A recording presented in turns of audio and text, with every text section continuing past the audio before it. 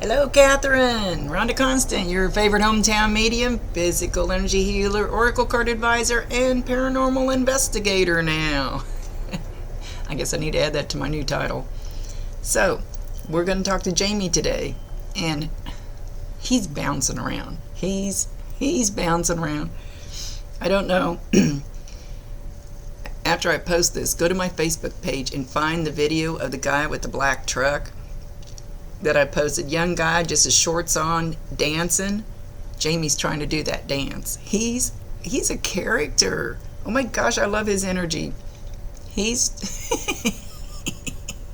and then he takes his belly and he bounces it. Oh my gosh, he's funny. I love him. So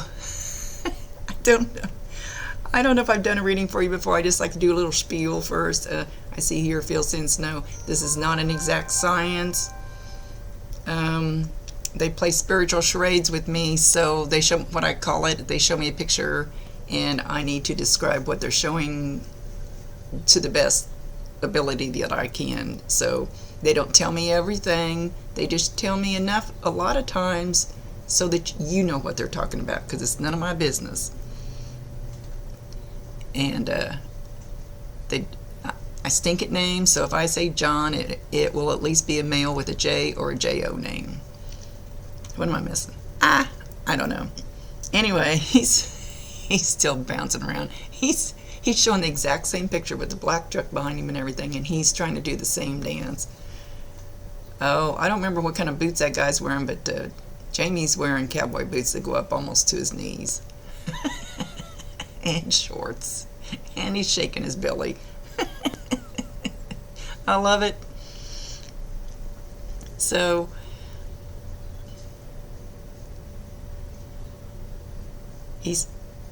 okay. He says you are very special to him too. He said there was soul connection. Soul connection, and I'm not talking about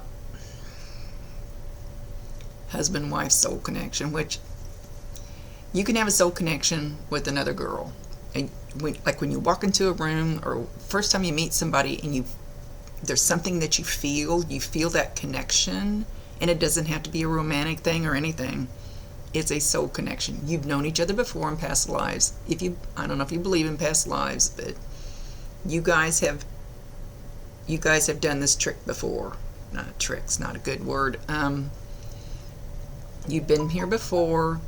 You've been connected before. Each time we come in to learn something different, to expand our soul.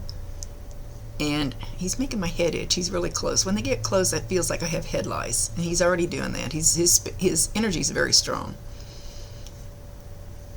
And now I'm itching over here. So if you get something like that, that's because he's really close. But their energy can affect different people different ways, so I'm not sure how you will feel his energy. So anyway, where was I? Oh. Yeah, like maybe in your past time guys came down here together, he could have been your brother, or he could have been your husband, or he could have been your wife, and you could have been the husband. I know that part kind of creeps me out, but it's the way it works. He says you guys accomplished a lot of what you came here to accomplish this time, as far as your soul's growth, as far as the learning that you're supposed to do. He said, so you guys are always going to have that connection.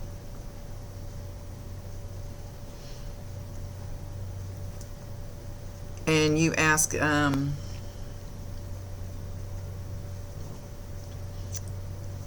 if you knew how important he was to you and how sorry you are, talk to him. He can hear you. I promise you, I try to stress this to everybody beyond the shadow of a doubt. They can hear you. You just can't hear them. And that's my job. But they can hear you. Talk to him. he's going to show you little signs. He keeps belching. He keeps belching, and it's not in a good way. It's not in a funny way. He's belching. So he had acid reflux, heartburn type stuff. So I think because he keeps doing it, like he's got heartburn. Well, that's a sign of heart trouble. And he knew he had that. All right, talk to me. He was having stomach issues. He was having the belch, but that wasn't connected to the belching. It was, well, the acid was. He was having issues up through here from the acid.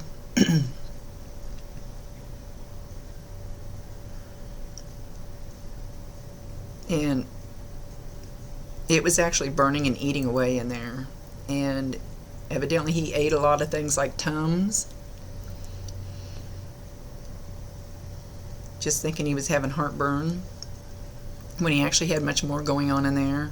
So he was suspecting it, but he's not indicating that he ever actually went and got it checked out, but he was seriously thinking he needed to go get it checked out, that it was getting worse. And something about a pain in his back.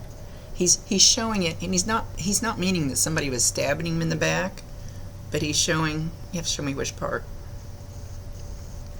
Like up here, and this is my right shoulder, which I don't know.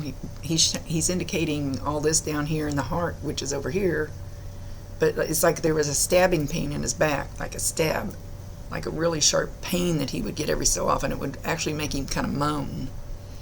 So I don't know what that's associated, to me, not being a doctor. I don't know exactly how that's associated with the rest of this, but he had a lot of inner stuff going on that he was starting to get nervous about.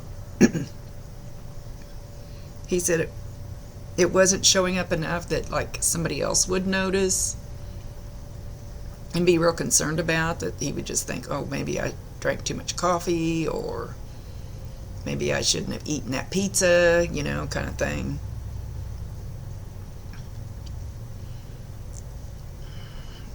So in the beginning, I thought he was going to indicate, because of the burping and the heart problem, that he passed from a heart attack, but he's not saying that for sure, so I can't say it.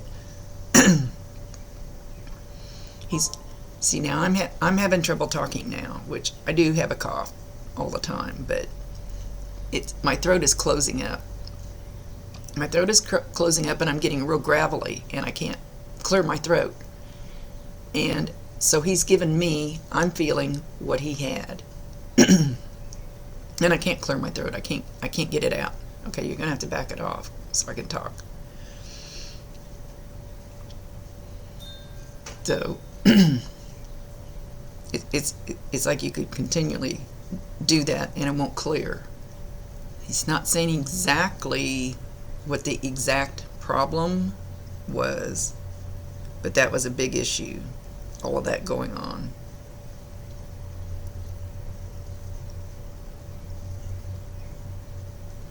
He said it was sudden, it was quick, it was painless,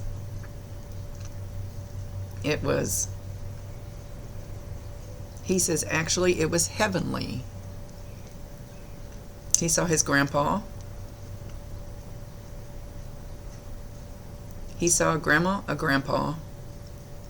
He's not giving me any names or anything yet. And I stink at names, so don't throw the reading out if I get names wrong.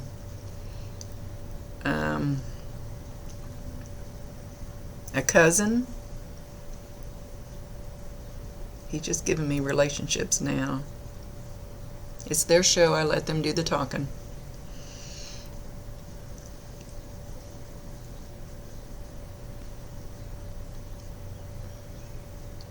And he's showing me, and I think I got this in my last reading, or a reading that I did today anyway, a big, beautiful angel.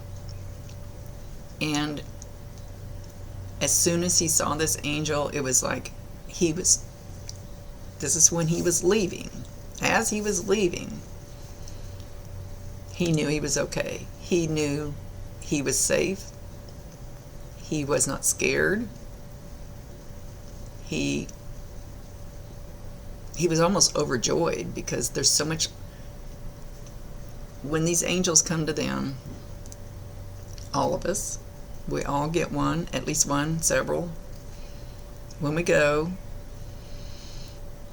it's such a feeling of love and peace and beauty that, you hear people, they have an operation and they see the light at the end of the tunnel and they don't want to come back. That's the feeling. Only it was his time not to come back. We all come to this earth with an exit point, which it could be a day after you're born, or it could be when you're 101. There's an exit point. There's a little bit of leeway, but somewhere in this area, a few things can alter it a little bit, but in that area, you're going to go. We plan it that way. I don't know why. Maybe we'll change it. I've been talking to him.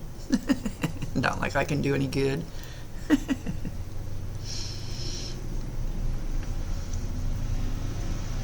So he's not given me exactly which part of this is actually what caused his passing, other than say it was really quick.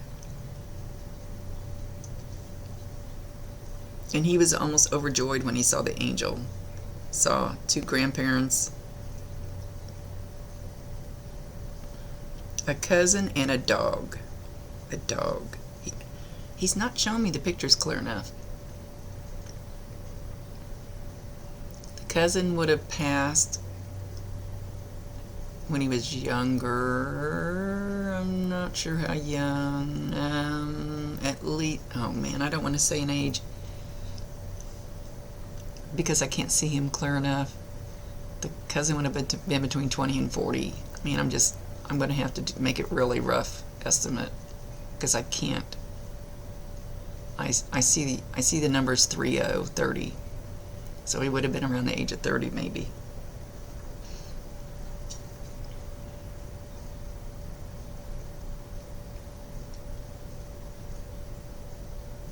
The dog is small, fairly small. Could be a little, not tiny. That's like me, my grandson saying old, and I said, old like me, old like my mom. How old? How old is old? How tiny is tiny? It's got short hair, but it's got wiry hair. Almost looks like a wired-haired terrier walking down the street. It's light colored with brown spots. And it was all happy to see him.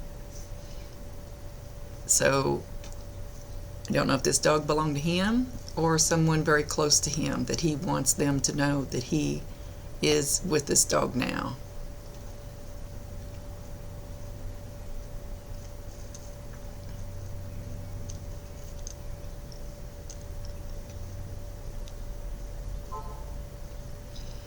So as far as having issues that he didn't tell anybody about, he didn't think it was a big deal. But he was starting to be concerned.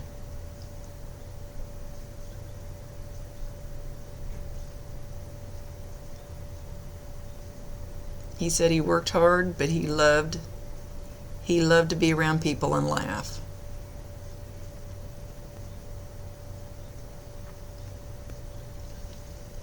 Did he like to bowl? He's shown himself with a bowling ball and a bowling shirt on.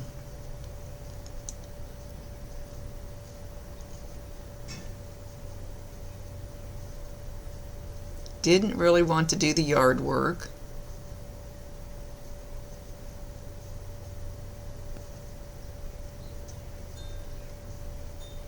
He says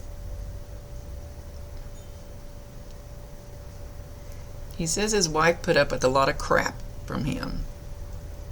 She was very patient and understanding,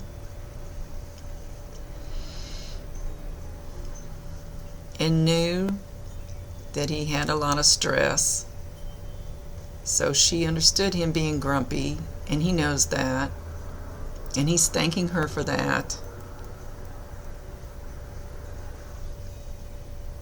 that he wanted so bad to do better for his wife and family. And he always felt like, now I have no idea what kind of life they had, but he always felt like he wasn't doing enough. He wasn't making it good enough. He wasn't making enough money. He wasn't buying enough cars or whatever, you know. He always felt like, I don't want to say he felt like he was less than, but he felt like he should do more, that he wasn't giving them what they deserved.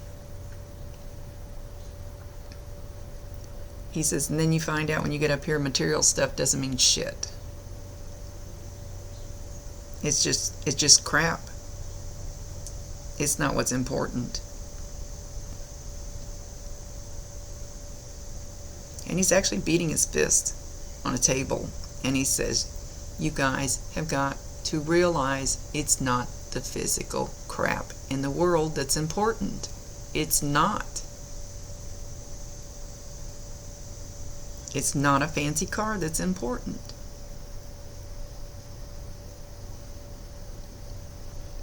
He's like showing the family, and he's like, it's like all being covered up with dirt. Like, what he's trying to show is that we cover our families and the connections and the stuff that we should be concentrating on, and we worry about this house and this car and this, whether the yard is cut, and you know, and we bury all the stuff that's supposed to be the important part, and he wants all of you to dig that out. He said, because all you really take with you is the love. That love never dies. Love never dies. It's an energy. You can't kill energy.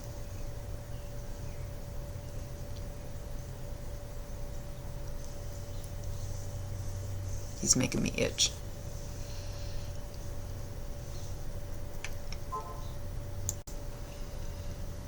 Okay, he's singing a song, and I don't remember the exact words, and I can't quite hear the words, but it's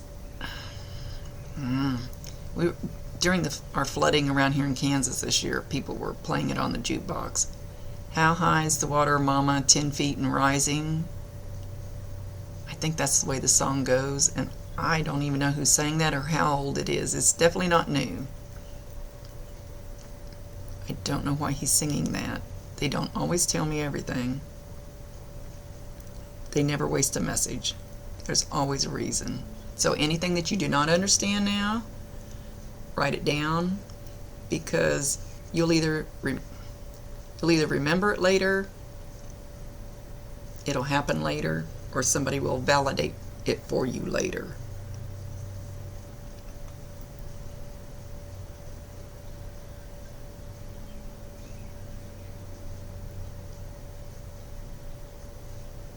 Somebody's writing. Okay, let's see if you can be a little more clear about it.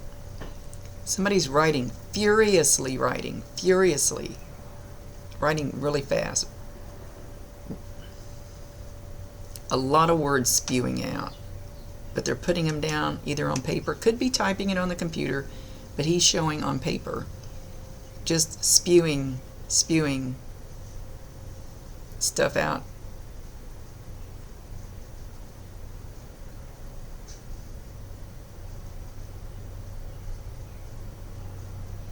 He's showing me like in a notebook, like a spiral notebook. Okay, he's not saying why.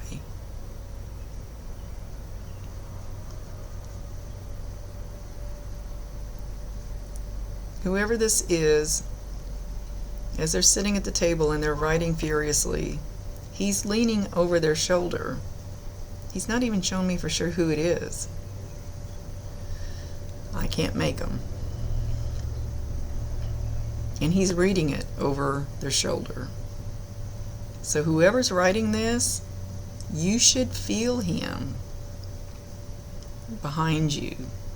And like it could feel like a bubble bumping against you. It could feel like a warmth, really, or it could feel like a lot of tingling.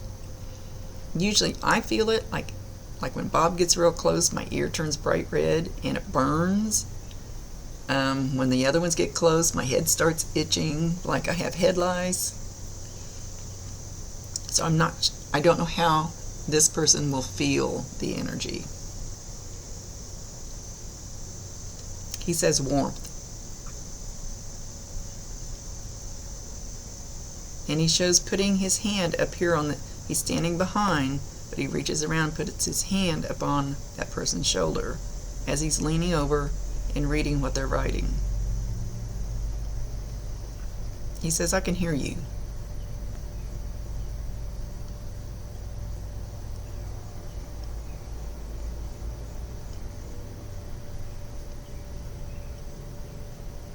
Alright, he's showing himself. I would assume this is his living room. And he's kicked back in the recliner, got his feet up. He's got a plate of cookies in his lap. I would say they're probably chocolate chip or something that looks like chocolate chip. It's got little something. Could be raisins, could be... And he's got a plate of those in his lap. A glass of tea.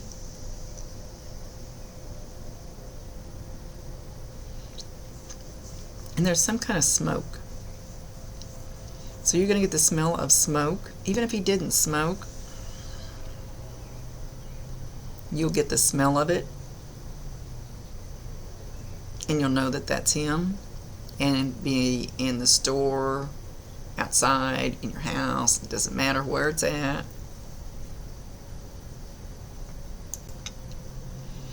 Does he have a daughter? He's showing a younger girl, and she either already has or she's going to dream about him. Now, there's a difference between dreams and visitations. They come in as the same way, but a visitation, the one I had like 6 years ago, I can still remember every word, every single thing was said, every article of furniture in the house, exactly how it happened. You can remember the color of their shoelaces. It doesn't matter. That's a visitation. Dreams, you wake up, and dreams are kind of scrambled. They're kind of have kind of cryptic messages in them, and you start forgetting them as soon as you wake up. So if you're having a bunch of dreams, any of you, put a piece of paper and a pen beside the bed.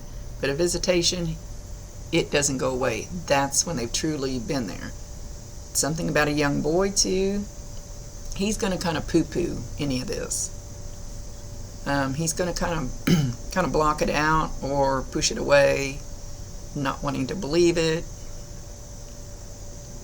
or not wanting to talk about it maybe.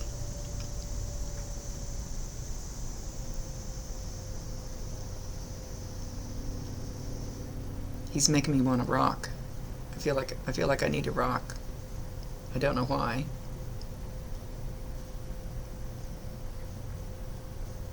He comes up behind me, and he's standing right here, and he puts his arm around on my shoulder, and he's watching. So as you're watching this, he's going to be watching you. And I can feel the pressure right here. I can feel pressure, and it just feels like something just kind of pushing up against me. I'm not feeling a warmth or coolness or anything, but not sure how you guys will feel it.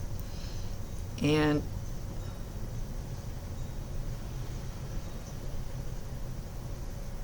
he's saying you don't know how beautiful each and every one of you are. And he says you and you and you and you. And he's talking about your immediate, the people that you ask about.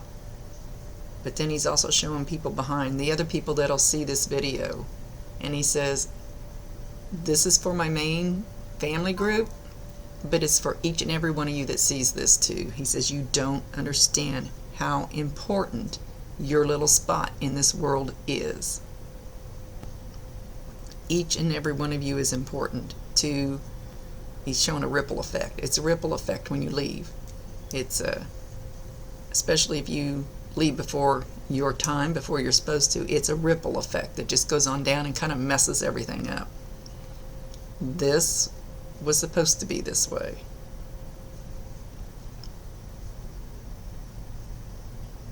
He says once again, you all don't understand how important each and every individual is. And now he's showing me people living on the street.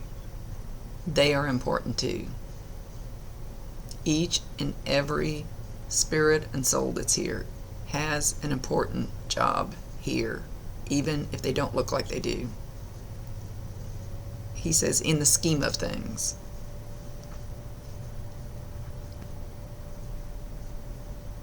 He says,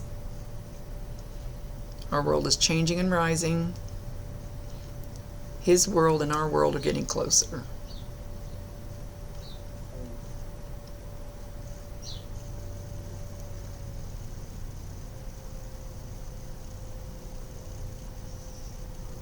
He's going to walk up and touch your hair. Now you see my little spiky stuff here. If a fly lands on there, I can feel it though. So I won't say it won't. It probably won't feel like, like that. But you'll feel something messing with a spot on your hair. And that's just going to be him trying to get your attention.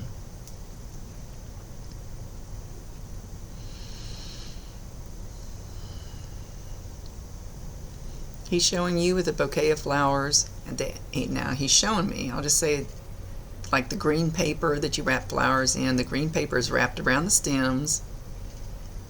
He might just be indicating a bouquet of flowers, or he might be showing me the exact thing.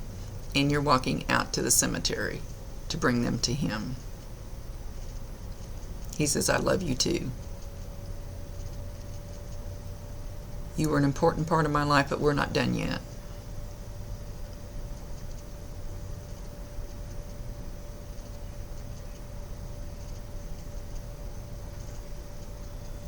We tend to travel in soul groups.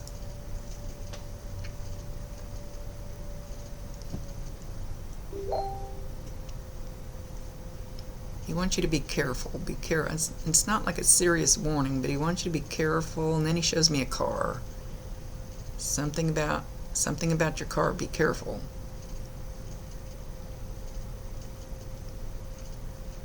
So I don't know if you've recently almost had an accident. He said, not your time.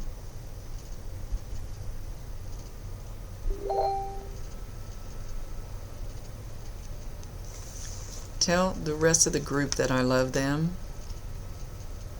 So he's talking about a group that you would be associated with, like friends of his that you've known. Maybe. He says yes. Okay. Friends that you guys have known as you were over the years. Tell them all I said, hey. He went like that. He says this shit's not so bad. Not where I wanted to be, but not so bad.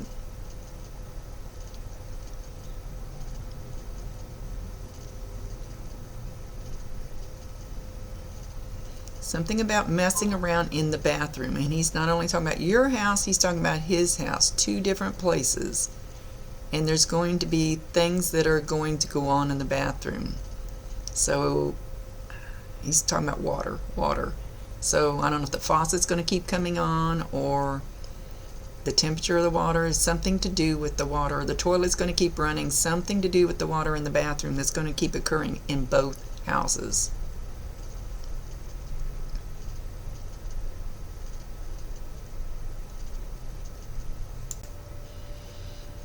Did somebody used to call him Jay, just like the letter J instead of Jamie? I don't remember what. Somebody just called him Jay. He's acknowledging that person, whoever called him that. He says, oh, what a life I had. It was good. My life was good. We all think our life is crap sometimes, but my life was good. And he's making my head itch right here. He's still standing here. Ow, that hurt. Sometimes it'll feel like a pin sticking me.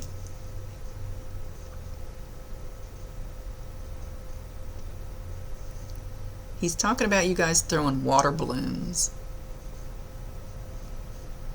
You were somewhere and you guys were having a water balloon fight. Several people were.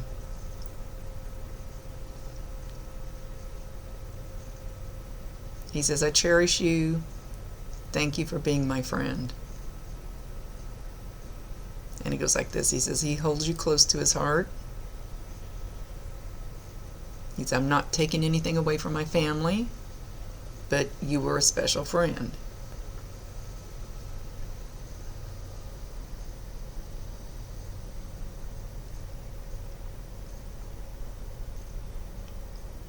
I love my kids.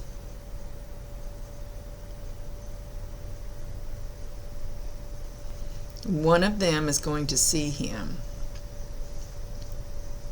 I'm not sure if more than one will, but for sure one of them is going to see him. And when you see them, I have seen a full-on materialized person, spirit, whatever you want to call it, in front of me before. But most of the time you won't see something like that. It'll be in your peripheral vision, and you'll be sitting there like looking at the TV or something. Out of the corner of your eye, you think you see something going by, and you turn your head and it's not there. That's the way it works. I don't know why. You see it, and I still can't keep myself from turning my head. I still turn my head, even though I know better, and even though I can see them, and they're gone if you turn your head. So if you see something, somebody, one of the kids, is just going to see him walk by. Maybe, I think he's going down the hall. And then when you turn your head, you go, oh, well, there's nothing there. That's my imagination. No, it's not. It won't be your imagination.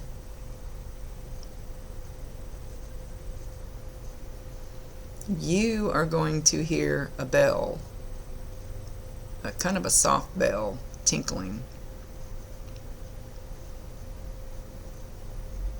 when he wants to get your attention. Whenever you get any signs, and a sign is not just feathers, coins, butterflies, red birds. A sign is something that happens over and over and over and over when they're trying to get your attention. When you finally realize, oh, that's a sign from him, tell him, I see it, I acknowledge it, I love you, bring me more. And then it kind of opens the floodgates. And you'll start realizing that a lot of other things you've seen were signs. Like even me, it took me 10 times going to the cemetery and asking, where's my damn sign? And 10 times a white butterfly came and circled me. Till I finally went, duh, Rhonda, it's been there every time. You just didn't realize it. You weren't aware. You weren't watching. So his presence is going to be very strong in his home. Home is where the heart is. That's what he said.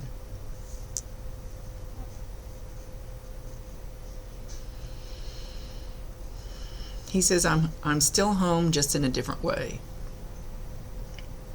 Don't count me out.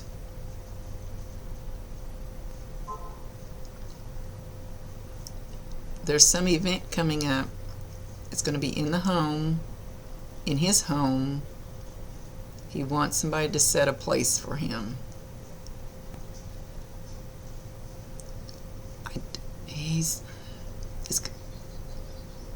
I want to say it's a dinner, I want to say it's a birthday, and then I don't quite get that feeling, and he's not quite saying something where he wants a place set for him.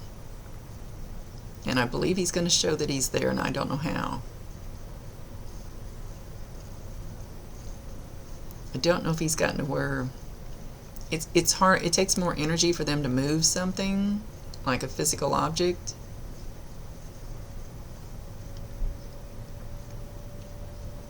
So I'm not sure why there's a place set for him, what other than to honor him.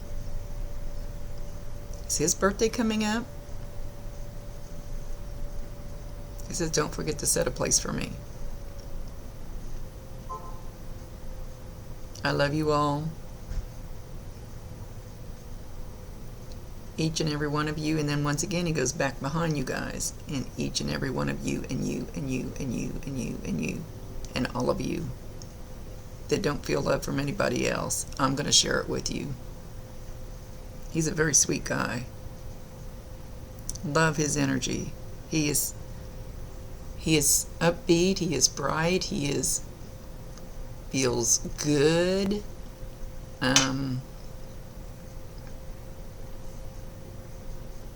No regrets other than leaving.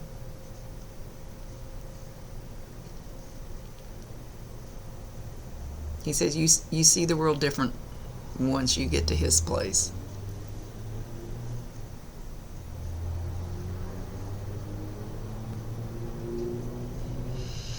And with that, he's ready to leave.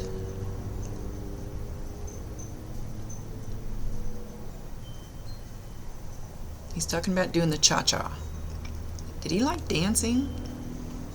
Because he came in dancing. Now he's talking about doing the cha-cha.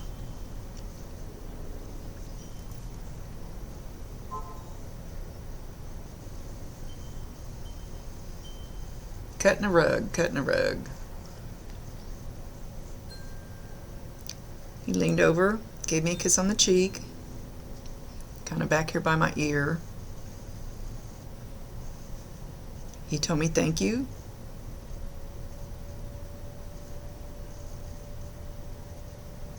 And he's waving at all of you. He says you will see me around. I'm not done yet.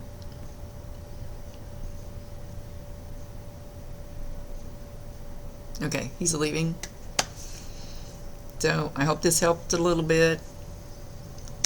Thank you very much, Kathryn, for trusting me with your loved one. He really feels good. His energy feels awesome.